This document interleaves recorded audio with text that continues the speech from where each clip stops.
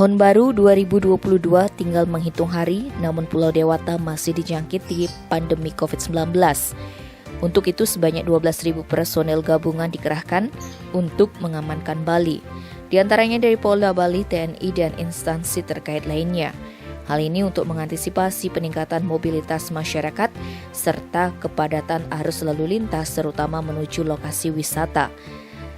Karena dapat memicu kerumunan yang berpotensi mempermudah penularan virus tersebut.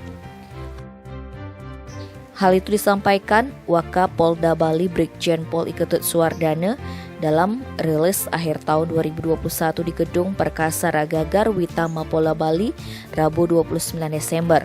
Personil gabungan tersebut disebari beberapa pos pengamanan. Pihaknya juga melakukan penebalan pengamanan di pintu-pintu masuk Bali seperti di Pelabuhan Padang Bayi Karangasem dan Pelabuhan Gilimanuk Jembrana. Tindakan serupa juga dilaksanakan di objek-objek wisata seperti daerah Kuta, Sanur, serta Ubud. Bukan hanya penebalan pengamanan, Polda menggandeng Dinas Perhubungan Provinsi Bali melakukan rekayasa lalu lintas di wilayah Kuta. Rencananya akan dilakukan penutupan bagi kendaraan, khususnya akses menuju pantai, mengingat Kuta selalu padat dengan wisatawan saat tahun baru dan berpotensi menjadi kemacetan. Tak hanya itu, batas buka objek wisata dibatasi hingga pukul 23 sesuai dengan surat edaran Gubernur Bali. Tim Bali Express melaporkan.